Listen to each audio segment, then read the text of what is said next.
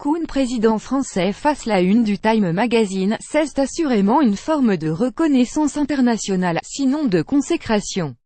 Que ce même président maîtrise à ce point la langue anglaise est sans aucun doute un avantage concurrentiel sur tous ses prédécesseurs. Pour autant, sans faire offense à nos confrères américains, la rédaction du Time enfonce une porte ouverte. Oui, évidemment, Emmanuel Macron peut prétendre exercer un leadership sur l'Europe, à condition d'obtenir les résultats escomptés en France.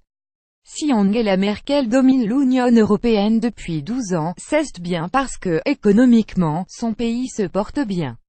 Au-delà du portrait élogieux dressé par l'hebdomadaire américain après ceux de l'anglaise Economist et de l'allemand Der Spiegel, cet axiome relève au mieux de la lapalissade.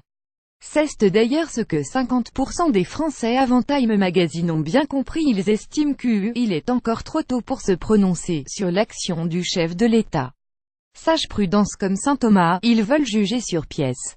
L'opposition la plus bête du monde. On peut à l'évidence créditer Emmanuel Macron de faire ce qu'il avait promis pendant sa campagne présidentielle, sauf sur la réduction de la part du nucléaire dans le mix électrique français, qui prendra 5 à 10 ans de plus que prévu. Certes, on peut souligner le lustre qu'il a redonné à la fonction, tant en France qu'à l'étranger. Certes, on peut le créditer de ne pas avoir cédé à la rue au moment des ordonnances sur la réforme du Code du travail. Quant à savoir si la suppression de l'ISF ou la création d'une flat tax à seulement 30% relancera la croissance et créera des emplois, il faudra prendre son mal en patience. 1 an et demi à 2 ans, avoue lui-même le chef de l'État.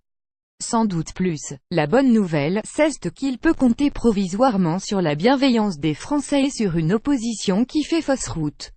La droite s'évertue à critiquer des mesures qu'elle-même promet depuis 20 ans sans les mettre en œuvre lorsqu'elle exerce le pouvoir. Suppression de l'ISF, baisse des contrats aidés. Quant à la gauche, tout à ses réflexes pavloviens, elle a cru qu'elle pourrait rejouer le match retour de la loi El Khomri et mobiliser les foules contre le président des riches et sa suppression de l'ISF. Or le vrai sujet n'était pas l'exonération des yachts et des Ferrari, mais cette fameuse flat tax, ce prélèvement forfaitaire unique à 30% sur les revenus du capital. Si l'on retranche de ces 30% l'ensemble des prélèvements sociaux, l'impôt réel ne dépassera pas 12%, c'est ailleurs moins que la première des tranches de l'impôt sur le revenu 14%. C'est même à se demander si la réforme de l'ISF n'avait pas pour principale vocation d'être l'arbre qui cache la forêt.